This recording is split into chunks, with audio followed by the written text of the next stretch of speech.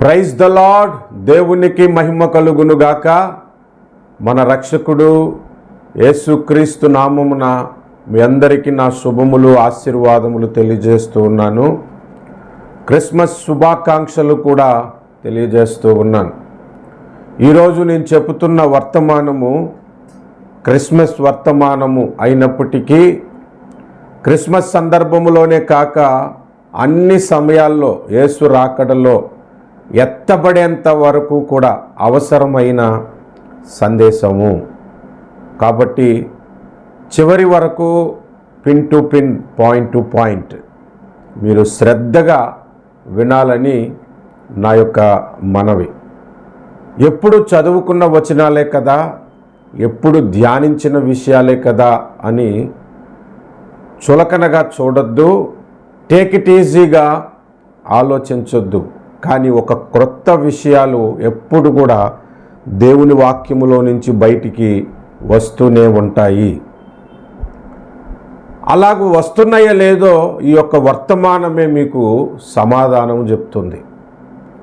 దయచేసి బైబిల్ తెరిచి దైవ గ్రంథములో నుంచి ఒక మాటను చదువుదాము. మత్తయి సువార్త 2వ అధ్యాయము 2వ వచనము. యూదుల రాజుగా పుట్టిన వాడెక్కడనున్నాడు? ప్రార్థన చేసుకుందాము. కృపాసత్య సంపూర్ణుడైన మా తండ్రి, నమ్మకమైన నా ప్రియ ప్రభువా, కరుణా సాగరుడా, మహాజ్ఞాని, అనంత జ్ఞాని, త్రికాల జ్ఞాని, నీకు స్తోత్రాలు చెల్లిస్తూ ఉన్నాము. ఆది అంతము లేని వాడవు నాయన. మా కొరకు ఈ లోకములో జన్మించి మమ్ములను రక్షించినందుకు స్తోత్రాలు చెల్లిస్తున్నాము. నీ కృపను బట్టి, మీ దయను బట్టి మీకు వందనాలు చెల్లిస్తున్నాము. చదవబడిన వాక్య భాగములో నుంచి ఏదైతే నేను ధ్యానించానో, నా ధ్యానమునకు పరిశుద్ధాత్ముడా ఏ విధంగా మీరు సహకరించారో, ఇప్పుడు మాట్లాడుతూ ఉండగా దానికి మించిన 7 అంతుల అభిషేకముతో నన్ను మాట్లాడించమని యేసునామమున ప్రార్థిస్తున్నాము పరమ తండ్రి. ఆమేన్, ఆమేన్. ప్రభునందు ప్రియులారా, చాలాసార్లు మనం ఈ వచనం చదివాం. చాలా సందర్భాల్లో ఈ వచనంలో నుంచి వివరణ మనం విన్నాం. అనేకమైన దైవ సేవకులు ఈ వచనంలో నుంచి మనతో మాట్లాడారు. ఈరోజు దేవుడు నాకు బయలుపరిచిన ఒక సంఘటనను, ఒక సత్యాన్ని మీకు తెలియజేయాలని చాలా ఆశతో మీ వద్దకు వచ్చాను. చదవబడిన ఈ లేఖన భాగమునకు ముందు విషయాలు ఇదివరకు మీరు విన్న విషయాలే. తూర్పు దేశములో జ్ఞానులున్నారు. యేసు ప్రభు యొక్క జన్మమును గురించి వారికి ఇన్ఫర్మేషన్ ఉంది, అనగా ప్రవచనం ఉన్నది. ఆ ప్రవచన నెరవేర్పు కొరకు అక్కడ ఉన్నటువంటి జ్ఞానులు కనిపెడుతూ ఉన్నారు. ఆ కాలం వచ్చింది, ఆ జ్ఞానులకు అర్థమైంది యేసు ప్రభు జన్మించాడు, అదిగో నక్షత్రము, ఆ నక్షత్రమే మనకి సూచనని మన గ్రంథాలు చెప్పే, మన పూర్వీకులు చెప్పారు, మన ప్రవక్తలు చెప్పారు అని వారు గ్రహించి ఆ నక్షత్రమును బట్టి యేసు ప్రభు ఉన్న చోటికి ప్రయాణమయ్యారు. వారు ప్రయాణమై వస్తూ ఉండగా ఆ నక్షత్రము వారిని దాదాపుగా 1.5 సంవత్సరముకు పైగా నడిపించిందని మనం లేఖనాలు ధ్యానించేవారు ఎవరికైనా అర్థమైపోతుంది. ఇదివరకు నేను వాటి మీద వర్తమానాలు చెప్పాను కాబట్టి ఇప్పుడు నేను వివరించట్లేదు. వారు ప్రయాణము చేసుకుంటూ నక్షత్రాన్ని చూసి, నక్షత్రాన్ని వెంబడించి యేసు యొద్దకు చివరికి చేరారు.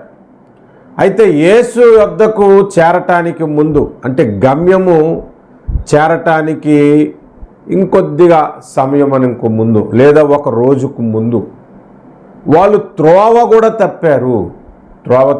నక్షత్రాన్ని విడిచి వారి సొంత ఆలోచనలతో ఖచ్చితంగా పుట్టినవాడు రాజు కాబట్టి, యూదులకు రాజుగా పుడతాడని మన గ్రంథాలు, మన ప్రవక్తలు చెప్పారు కాబట్టి రాజుగారింట్లోనే పుడతాడు అనే వారి సొంత ఆలోచనతో, సొంత తలంపుతో రాజుగారి దగ్గరికి వచ్చి ఈ ప్రశ్న అడిగారు, యూదులకు రాజుగా పుట్టినవాడెక్కడ ఉన్నాడు అని.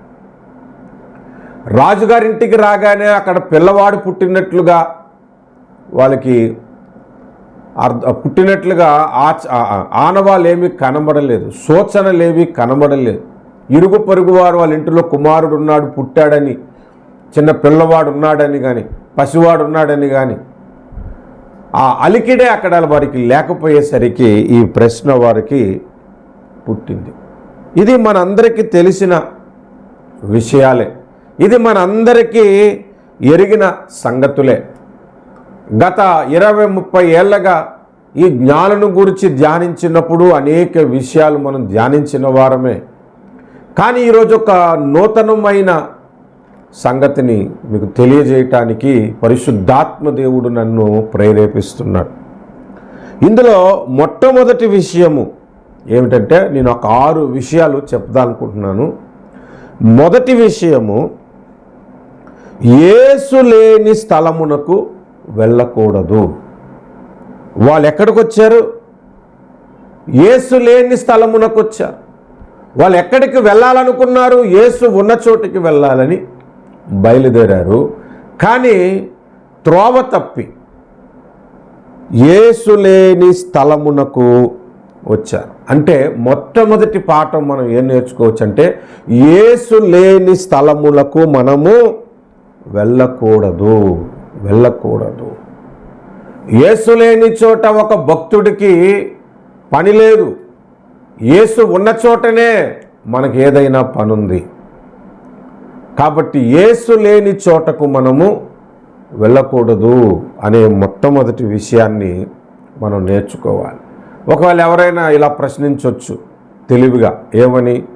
యేసు ప్రకటింపబడని చోటలకు మనం వెళ్ళాలంటే అక్కడ యేసు లేని స్థలమే కదా, అక్కడికి వెళ్ళి మనం యేసును ప్రకటించాలి కదా అని అంటే, అవును, అక్కడికి వెళ్ళి యేసును మనం ప్రకటించాలి. అది యేసు లేని స్థలమే అయినప్పటికీ కూడా యేసును కలిగే నువ్వు అక్కడికి వెళ్ళాలి కదా. యేసును నువ్వు తీసుకొని వెళ్ళే కదా సువార్త ప్రకటించాలి. కాబట్టి ఇలాంటి లాజికల్ ప్రశ్నలు ఏమి కాకుండా మొట్టమొదటిగా మనం ఆ వచనంలో నేర్చుకోవలసింది ఏంటంటే, యేసు లేని స్థలములో నీకు పని లేదు, నువ్వు వెళ్ళనవసరం లేదు. అది మొట్టమొదటిగా నేర్చుకోవాలి. యేసు ఎక్కడ ఉంటే అక్కడికి మనం వెళ్ళాలి. అది మనం నేర్చుకోవలసిన విషయం. యేసు ఉన్న స్థలమునకు వెళ్తే మనకు పాపక్షమాపణ దొరుకుతున్నదని బైబిల్ చెబుతుంది. దానికి ఒక రిఫరెన్స్ని నేను చెప్తాను, దయచేసి చూడండి. లూకాసు వార్త 7వ అధ్యాయము, లూకాసు వార్త 7వ అధ్యాయము 36వ వచనం నుండి 37వ వచనం వరకు. పరిసయ్యులలో ఒకడు తనతో కూడా భోజనము చేయవలెనని ఆయనను అడిగెను. ఆయన ఆ పరిసయ్యుని ఇంటికి వెళ్ళి భోజన పంక్తిని కూర్చుండగా ఆ ఊరిలో ఉన్న పాపాత్మురాలైన ఒక స్త్రీ యేసు పరిసయ్యుని ఇంట భోజనమునకు కూర్చున్నాడని తెలుసుకొని, అనగా యేసు పరిసయ్యుని ఇంట ఉన్నాడని తెలుసుకొని ఒక బుడ్డిలో అత్తరు తీసుకొని వచ్చి, యేసు ఎక్కడున్నాడు? పరిసయ్యుని ఇంట ఉన్నాడు. యేసు పరిసయ్యుని ఇంట ఉన్నాడని, భోజన పంక్తిని కూర్చొని ఉన్నాడని ఆ ఊరిలో ఒక పాపాత్మురాలు ఎరిగి తెలుసుకొని యేసు ఉన్న చోటుకు వచ్చింది. ఆ తర్వాత సంగతి అంతా మనం ధ్యానించవసరం లేదు, మీకు తెలిసిన విషయమే. ఆమె పాపము నుండి ఆ రోజు విడుదల పొందింది. ఆమె శాపము నుండి ఆమె విడుదల పొందింది. చాలా కాలంగా ఆమె భరిస్తున్న పాప భారము నుండి, ఆ శాపము నుండి, ఆ దోషము నుండి, ఆ అతిక్రమము నుండి ఆ దినమందు ఆమె విడుదల పొందింది. కారణం ఏంటంటే, యేసు ఉన్న స్థలమునకు ఆమె వచ్చింది. యేసు ఉన్న స్థలమునకు ఎవరైతే వస్తారో వారి పాపము కడిగివేయబడుతుంది, వారి దోషము కడిగివేయబడుతుంది, వారి శాపము నుండి విడుదల పొందుతారు. ఇది మొదటిగా మనం తెలుసుకోవాలి. ఆ జ్ఞానులు అనగా తెలివైన వాళ్ళు తెలివిగానే ప్రయాణం చేశారు, కానీ త్రోవ తప్పారు. త్రోవ తప్పి యేసు లేని స్థలము దగ్గరికి వాళ్ళు వచ్చేసారు. మనమైతే యేసు ఉన్న స్థలమునకు వెళ్ళాలని ఒక పాఠాన్ని దేవుడు మనకి నేర్పిస్తున్నాడు. యేసు ఉన్న స్థలములో మనము ఉంటే మన పాపము కడిగి వేయబడుతుంది. యేసు ఉన్న స్థలమునకు వెళ్తే జరిగే లాభాల్లో మరొక ఆశీర్వాదాన్ని నేను మీ ముందుకు తీసుకొస్తాను. దయచేసి చూడండి. చాలా సంగతులు ఉన్నప్పటికీ ఒక 2-3 విషయాలు చెప్పి నేను మిగిలిన అంశంలోనికి వెళ్తాను. మార్కు సువార్త 2వ అధ్యాయము 2వ వచనము. ఆయన ఎంట ఉన్నాడని వినవచ్చినప్పుడు అనేకులు కూడి వచ్చిరి గనుక వాకిటి అయినను వారికి స్థలము లేకపోయెను. ఆయన వారికి వాక్యము బోధించుచుండగా. ఆ వచనం చూడండి. ఇక్కడ కూడా యేసు ఒకరి ఇంట ఉన్నాడని తెలుసుకొని అక్కడికి జనాలు వచ్చారు. అక్కడికి పక్షవాయువు కలిగిన వాడిని ఒక 4 మోసుకొని కూడా వచ్చారు. ఇక్కడ మీరు గమనించండి, యేసు ఉన్న స్థలమునకు వచ్చిన జనులకు అక్కడ ఏం జరిగిందంటే స్వస్థతలు జరిగాయి. వారి ఆరోగ్యము బాగుపడింది. వారి శరీర బలహీనతలు తొలగిపోయాయి. వారి శరీరంలో ఉన్న అనారోగ్యము నుంచి విడుదల పొందారు. అది ఎటువంటి వ్యాధి అయినా విడుదల పొందారు. పక్షవాయువు కలిగిన వాడు నడిచాడండి. అంత అద్భుతం జరిగింది. ఈరోజు మానవ జాతికి ఉన్న రోగాలు ఏంటో తెలుసండి. శరీరానికి కాదు, మనస్సుకు రోగాలు ఉన్నాయి, హృదయానికి రోగాలు ఉన్నాయి, ఆత్మకు రోగములు ఉన్నాయి. శరీర రోగములు, మనస్సుకున్న రోగములు, హృదయానికి ఉన్న రోగములు, ఆత్మకున్న రోగములు,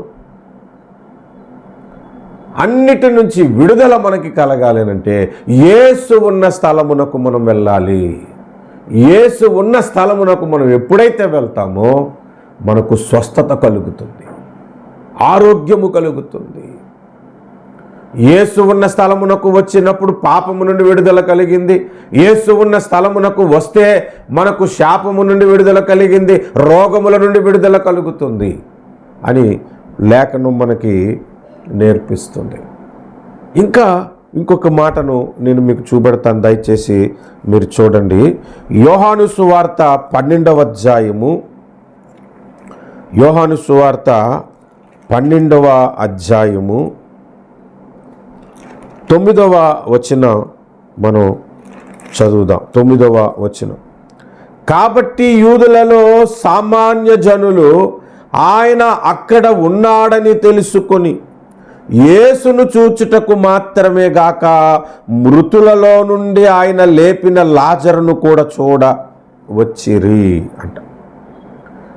యేసు అక్కడ ఉన్నాడని తెలుసుకొని యేసు కొరకు వచ్చారు.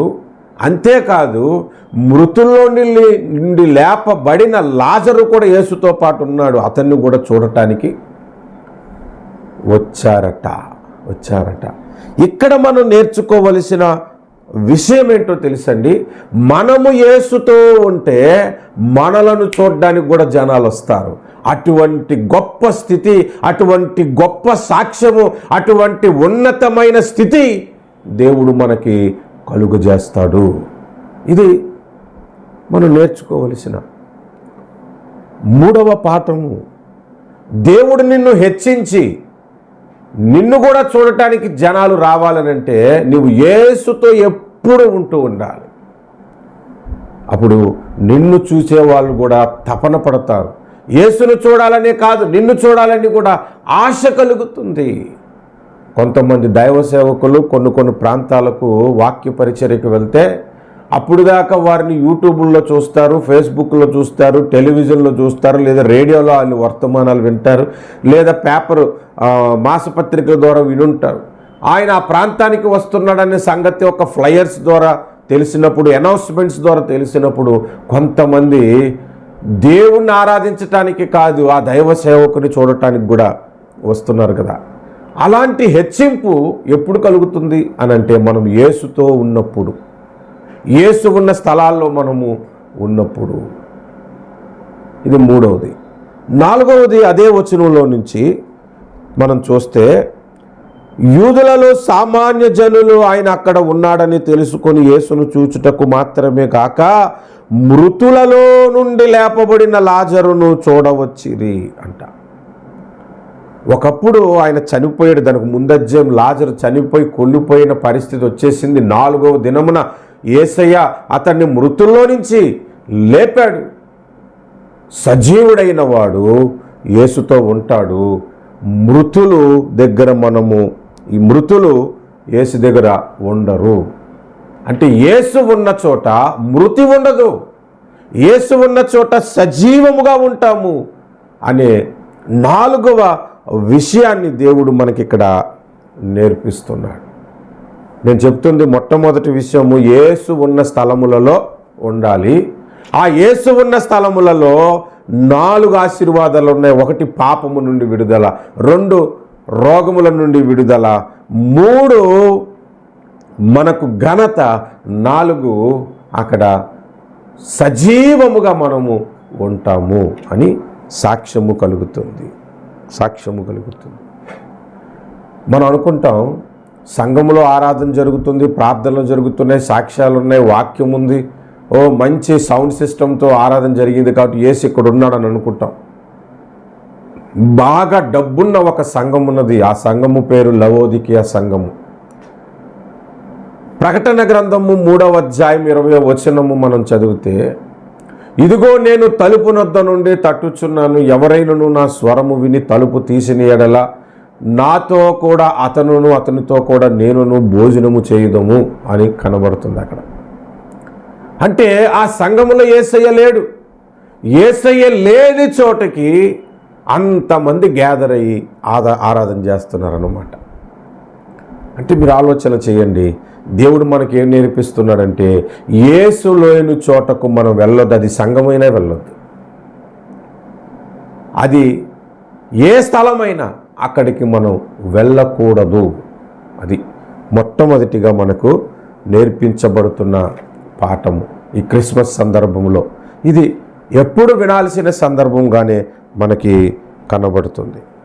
రెండవది, మనం ఆ వచనాన్ని చదివితే, యూదుల రాజుగా పుట్టినవాడు ఎక్కడ ఉన్నాడు అనే ఆ మాటలో మనకి రెండవది మనం గమనిస్తే, don't find Jesus at wrong places అని అర్థమవుతుంది. యేసుని వెతకవలసిన స్థలములలో వెతకాలి కానీ వెతకకూడని స్థలములలో యేసుని వెతకకూడదు అనే విషయం మనకు అక్కడ కనబడుతుంది. వాళ్ళు యేసుని అక్కడ వెతకకూడదు, ఎక్కడా అంటున్నారు. అంటే వెతికారు, అప్పటికే వాళ్ళు ఫైన్ చేశారు, యేసు కనబడలేదేంటి అని. కాబట్టి రెండవదిగా మనం అక్కడ ఏం నేర్చుకుంటున్నామంటే, యేసుని దొరికే స్థలములలో వెతకాలి కానీ యేసు దొరకని స్థలములలో వెతకకూడదు అని అర్థం. దీనికి కూడా మీకు బైబిల్లో నుంచి ఒక మాట చూపెడతాను చూడండి. లూకాసు వార్త 24వ అధ్యాయము, లూకాసు వార్త 24వ అధ్యాయము. యేసు సిలువలో మరణించి సమాధి చేయబడి 3వ దినమున ఆయన అక్కడి నుండి లేచాడు. లేచిన తర్వాత అక్కడికి కొందరు స్త్రీలు తెల్లవారుజామున ఆదివారమున వెళ్ళి యేసయ్యను వెదుకుచున్నారంట. 5వ వచనం చదువుదాం. లూకాసు వార్త 24:5. వారు భయపడి ముఖములను నేల మోపి ఉండగా, వీరు సజీవుడైన వానిని మీరు ఎందుకు మృతులలో వెతుకుచున్నారు అన్న. ఆ సమాధి దగ్గరికి వెళ్తే అక్కడికి 2 దేవదూతలు వచ్చారు. ఆ వెలుగు చూసి భయపడ్డారు. భయపడకండి, మీరు సజీవుడైన వానిని మృతులలో ఎందుకు వెతుకుతున్నారు? అంటే ఎక్కడ వెతకకూడదు అంటే మృతులలో వెతకకూడదు అని అర్థము. సజీవుడైన వానిని సజీవమైన స్థలములలో ఉంటాడు, అక్కడ వెతకాలి అని. అందుకే అంటున్నాను, don't find him at wrong places అని. ఆయనను వెతకాల్సిన స్థలములలో మనం వెతకాలి, అప్పుడు యేసు మనకి దొరుకుతాడు అనే విషయం కనబడుతుంది ఇక్కడ. కొంతమంది నిజముగానే మృతులలో యేసుని వెతుకుతున్నారు.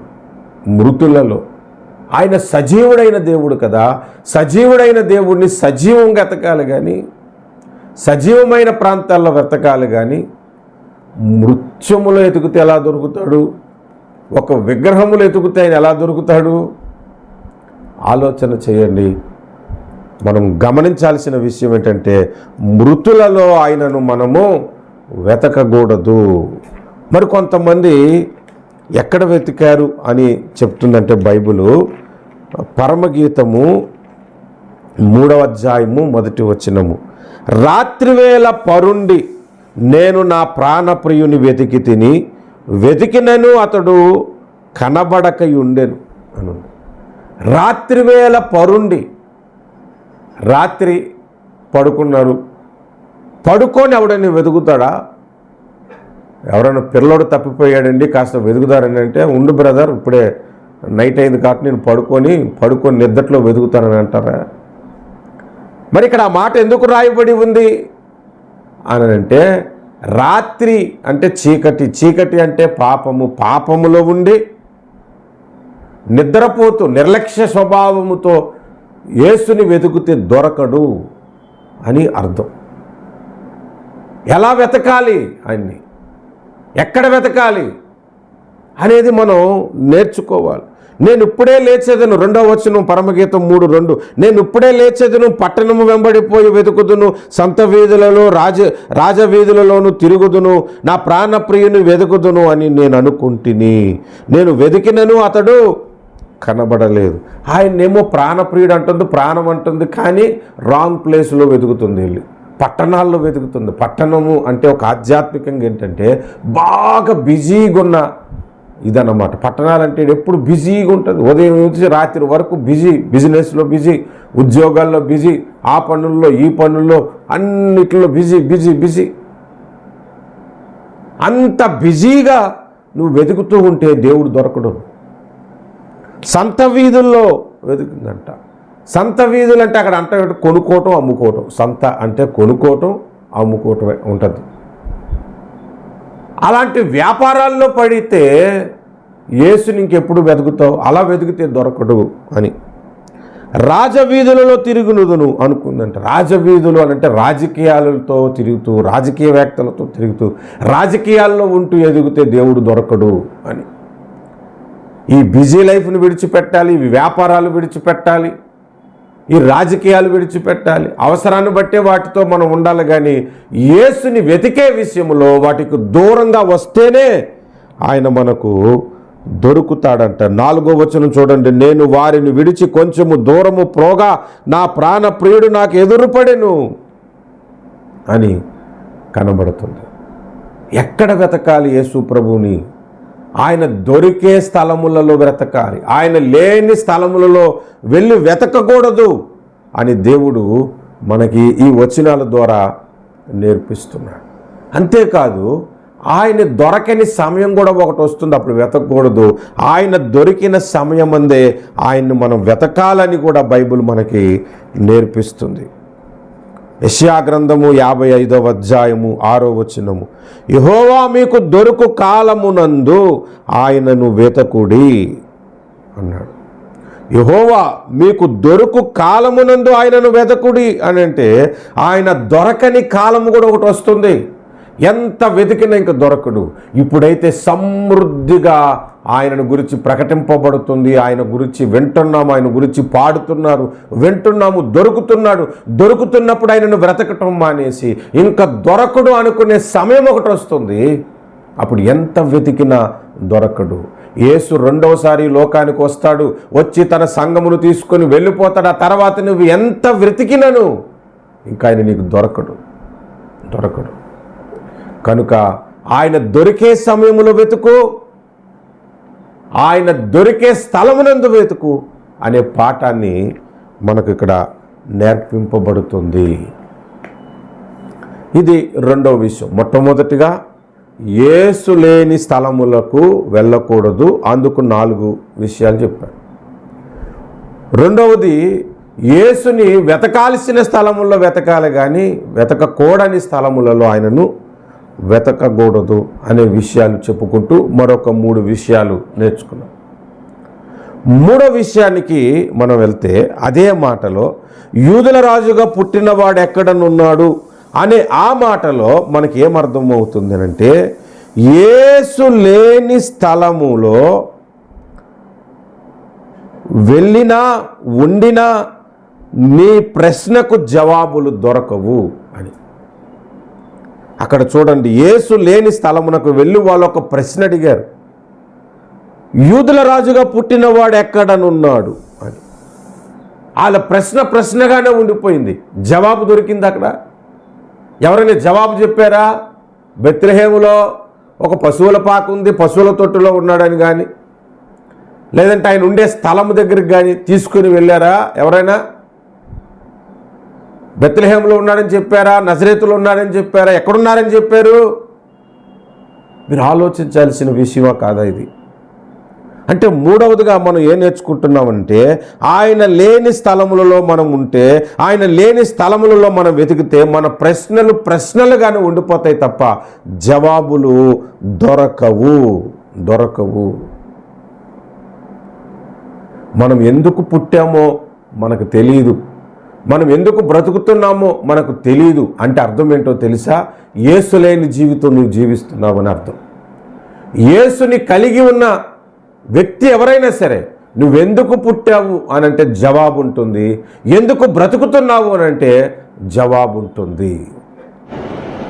పౌలుని కనుక ఇదే ప్రశ్న అడిగితే, దైవజనుడైన పౌలుని, ఆయన చెబుతున్న జవాబు 2 విషయాలు నేను మీకు బైబిల్లో నుంచి చూపెడతాను. మొట్టమొదటిది గలతీ పత్రిక 1వ అధ్యాయము 15వ వచనము.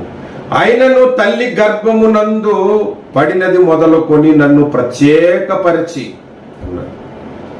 ఆయన రక్షణ పొందింది యవ్వన కాలంలో, కానీ బై బర్త్ నన్ను దేవుడు ప్రత్యేకపరిచాడు, నన్ను సపరేట్ చేశాడు. ఆయన పని కొరకు నన్ను ప్రత్యేకపరిచాడు అన్నాడు. ఎందుకు పుట్టాడంటే ఆయన పని కొరకు ఆయన పుట్టాడు. ఆయన ప్రశ్నకు జవాబున్నది. ఎందుకయ్యా బ్రతుకుతున్నావు, దేని కొరకు నువ్వు బ్రతుకుతున్నావు అని అంటే, ఫిలిప్పీ పత్రికలో దానికి జవాబుగా ఆయన మాట్లాడుతున్నాడు కదా, బ్రతుకుట క్రీస్తే చావైతే లాభము అన్నాడు. ఫిలిప్పీ పత్రిక 1వ అధ్యాయము 21వ వచనం. నా మట్టుకైతే బ్రతుకుట క్రీస్తే, చావైతే లాభము అంటున్నాడు. ఈ 2 ప్రశ్నలకు ప్రతి మానవుడు జవాబు తెలుసుకోవాలి. యేసు లేని స్థలములో మనం ఉంటే, యేసు లేని స్థలములలో మనం వెతికితే, అక్కడికి పోయి మనం వేసే ప్రశ్నలుగానే ఉండిపోతే జవాబు దొరకదు. యేసు లేకుండా నీవు చేసే ప్రతి ప్రయత్నము వ్యర్థమైపోతుంది. పాత నిబంధనలో 1 సమూయేలు గ్రంథం 28వ అధ్యాయంలో సౌలు ప్రార్థన చేశాడు. అప్పటికే సౌలు ఆయనను విడిచేశాడు. దేవుడు సౌలును విడిచిపెట్టాడని రాయబడి ఉంది. ఎంత ప్రార్థన చేసినా జవాబు దొరకలేదు. ఎందుకు జవాబు దొరకలేదు అని అంటే, 1 సమూయేలు గ్రంథం 28:16లో సమూయేలు భక్తుడు అన్నాడు, యెహోవా నిన్ను ఎడబాసెనని నువ్వు ఎరుగవా అంటున్నాడు. దేవుడు విడిచిపెట్టేశాడు ఆయన్ని. దేవుడు లేకుండగా ఆయన చేసిన ప్రార్థనకు ప్రశ్నగానే ఉండిపోయింది. జవాబు దొరకలేదు. 4వదిగా మనం ఏం నేర్చుకుంటున్నాం అంటే, యూదుల రాజుగా పుట్టినవాడు ఎక్కడనున్నాడు అనే అదే ప్రశ్నలో నుంచి మనం 4వదిగా ఏం నేర్చుకోవచ్చు అంటే, నీ సొంత ఆలోచనలతో నడవవద్దు. వీళ్ళు అక్కడి వరకు నక్షత్రము నడిపిస్తున్న త్రోవలో వచ్చి, అక్కడికి వచ్చాక నక్షత్రాన్ని విడిచి హేరోదు రాజు దగ్గరికి, ఆ రాజు దర్బార్ దగ్గరికి ఎందుకు వచ్చి వీళ్ళు అడిగారు, యూదుల రాజుగా పుట్టిన వాడు ఎక్కడ అని అంటే, వాళ్ళకు ఒక ఆలోచన వచ్చింది. ఏమొచ్చిందంటే, రాజుగారింట్లోనే పుడతాడు తప్ప ఒక పూర గుడిసెలో పుట్టడు అనుకున్నారు. సొంత ఆలోచన, సొంత తెలివి, తన సొంత బుద్ధిని నమ్ముకొనుట. అందుకే వాళ్ళు త్రోవ తప్పేశారు. అక్కడ సొంత ఆలోచనల చేత మనం నడిపింపబడకూడదు. సామెతల గ్రంథము 28వ అధ్యాయం 26వ వచనం మనం చూస్తే, సామెతల గ్రంథం 28:26, తన మనస్సును నమ్ముకున్నవాడు బుద్ధిహీనుడు అనుంది. తన సొంత మనస్సులో కలిగిన ఆలోచనలను నమ్ముకొని వాళ్ళు బుద్ధిహీనులైపోయారు. ఇంకా మనం చూస్తే సామెతల గ్రంథము 14:12, మనం చూస్తే సామెతల గ్రంథము 14:12, ఒకని ఎదుట సరైనదిగా కనబడు మార్గము కలదు, అయితే తుదకు అది మరణమునకు త్రోవ తీయును అంట. ఒకని ఎదుట కనబడు మార్గము, వాళ్ళ ఎదుట ఒక మార్గం కనిపించింది. యెరూషలేము దగ్గరకు వచ్చాం, యెరూషలేములో యూదుల రాజుగా పుట్టిన వాడు ఖచ్చితంగా రాజుగారింట్లోనే పుడతారు అనుకొని అక్కడికి వెళ్ళిపోయి మాట్లాడుతున్నారంట. అది తుదకు మరణమునకు త్రోవ తీయునన్న మాట ప్రకారంగా నిజంగానే వాళ్ళకి మరణము వారి మీదకి రాబోయింది. దేవుడు స్వప్నమందు వారికి బోధించి వేరే త్రోవను వారికి నడిపించాడని మత్తయి సువార్త 2:12 మనం చదువుతున్నాం. కనుక మన సొంత ఆలోచనల చేత మనం నడిపింపబడకూడదు అనే పాఠం కూడా 4వదిగా నేర్పిస్తున్నాడు. సామెతలు 16:25 చూడండి. ఒకని మార్గము వాని దృష్టికి యథార్థముగా కనబడును, అయినను తుదకు అది మరణమునకు చేరును. మనకు ఒక ఆలోచన వచ్చింది, ఖచ్చితంగా యూదుల రాజుగారింట్లోనే పుట్టుంటాడు అని సొంత ఆలోచనలతో వారు ముందుకు వెళ్ళారు. అంతే, అది చాలా ప్రమాదానికి దారితీసింది. వాళ్ళు మరణమైపోయే స్థితికి దారితీసింది అది. కాబట్టి 4వదిగా దేవుడు ఏం నేర్పిస్తున్నాడంటే సొంత ఆలోచనల చేత నీవు నడద్దు. యెషయా గ్రంథము 58:5 మనం చూస్తే, మీ తలంపులు నా తలంపులు వంటివి కావు, మీ మార్గములు మా మార్గములు వంటివి కావు అని ప్రభువు మాట్లాడుతున్నాడు. 5వ విషయాన్ని చూద్దాము. 5వ విషయాన్ని, వీరికి ఎంత జ్ఞానం ఉన్నా వీరిని నడిపించటానికి దేవుడు నక్షత్రాన్ని పంపకపోతే వీళ్ళు గమ్యం చేరుకోగలరా? అందుకే మన సొంత జ్ఞానముతో దేవుణ్ణి చేరలేము. దేవుణ్ణి చేర్చటానికి, దేవుని యొద్దకు నడిపించటానికి దేవుడు ఒక సేవకుని ఏర్పాటు చేసుకుంటే, దేవుడు ఒక మార్గాన్ని ఏర్పాటు చేసుకుంటే, దేవుడు నిన్ను నడిపించటానికి ఒక నక్షత్రాన్ని ఏర్పాటు చేసుకుంటే, అనగా అది సేవకుడు కావచ్చు, ఒక వ్యక్తి కావచ్చు, ఒక భక్తుడు కావచ్చు, ఏర్పాటు చేసుకుంటే అతని ద్వారా మనం ప్రయాణం చేయాలి. దేవుడు చూపించిన త్రోవలోనే మనం ప్రయాణం చేయాలి. మనకి ఎంత జ్ఞానం ఉన్నా దేవుడు నడిపింపు కొరకు మనం ఎదురు చూడాలి అనేది 5వదిగా దేవుడు మనకి నేర్పిస్తున్నాడు. కొంతమంది వాళ్ళ సంఘాన్ని సొంత జ్ఞానంతో కట్టుకుంటారు, కొంతమంది బోధ సొంత జ్ఞానంతో బోధిస్తారు. అది కరెక్ట్ కాదు. ఇటీవల కాలంలో ఒక ఆయన పెద్ద సేవకుడు అనుకుంటారు అందరూ. ఆయన ఏమని బోధిస్తున్నాడంటే, అబ్రహాముని నీ తండ్రి ఇంటిని విడిచి రమ్మని పిలిచాడు. తండ్రి అనగా సాతాను విడిచి రమ్మన్నాడు అని బోధించేస్తున్నాడు. అబ్రహాం తండ్రి ఎవరండి? సాతానా? ఏం మాట్లాడతారో తెలియదు. సొంత జ్ఞానముతో బోధ చేయకూడదు, సొంత జ్ఞానముతో సంఘము కట్టకూడదు, సొంత జ్ఞానముతో ప్రార్థన చేయకూడదు, సొంత జ్ఞానముతో. 6వదిగా మనం చూస్తే అదే వచనంలో నుంచి, యూదుల రాజుగా పుట్టిన వాడు ఎక్కడనున్నాడు అనే ప్రశ్నలో నుంచి వాళ్ళు అడగకూడని స్థలములలో అడిగారు. ఆ ప్రశ్న అక్కడ అడగకూడదు, ఆ ప్రశ్న ఆ వ్యక్తి దగ్గర అడగకూడదు. మనం నేర్చుకోవలసిన పాఠం ఏంటంటే, కొన్ని ప్రశ్నలు కొన్ని స్థలాల్లో అడగకూడదు, కొందరిని అడగకూడదు, కొన్ని సమయాల్లో అడగకూడదు అనేది మనం నేర్చుకోవాలి. అలా అడగటం వల్ల ఎంత రాంగ్ ట్రాక్ పట్టిందో చూడండి, అక్కడ ఎంత ప్రమాదం వచ్చిందో చూడండి. ఇన్ఫర్మేషన్ మొత్తం వెళ్ళిపోయింది. దాని ద్వారా ఒక పెనుముప్పు కలిగింది. చాలామంది పిల్లలను చంపటానికి వీళ్ళు అడిగిన ఈ ప్రశ్న వలన జరిగింది. కాబట్టి కొన్ని ప్రశ్నలు కొన్ని స్థలాల్లో అడగకూడదు. మనం అనుకుంటాం చాలా తెలివైనోడ్రా బాబు వీడిని ప్రశ్న అడిగి మనం తెలుసుకోవచ్చు అనుకుంటాం, కానీ తెలివి తక్కువడని సంగతి మనకు తెలియదు. ఒక్కోసారి మనం అడిగిన తర్వాత అక్కడి నుంచి వచ్చే జవాబుకి అదే నిజం అనుకునే భ్రమలో మనం ఉంటాం. ఒక ఆయన ఉన్నాడు, చాలా జ్ఞానవంతుడట, ఆత్మజ్ఞాని అంట, తెలివైనడట అని ఆయనకు బిరుదు కూడా పెట్టేశారు మన క్రైస్తవ సమాజంలో. ఆయనకు పోయి కొంతమంది ప్రశ్నలు అడుగుతూ ఉంటే, దేవుడే కాదు సృష్టికర్త, మనం కూడా సృష్టికర్తలమే, మనము కూడా దేవుళ్ళమే, దేవుడు సృష్టి చేసినప్పుడు ఆయనలో మనం ఉన్నాము, మనమే ఈ భూమిని, ఆకాశాన్ని, నక్షత్రాన్ని సృష్టించాము అని జవాబు చెప్పుకుంటూ వచ్చేసారు. కాబట్టి కొన్ని ప్రశ్నలు ఎవరిని పడితే వాళ్ళని అడగండి.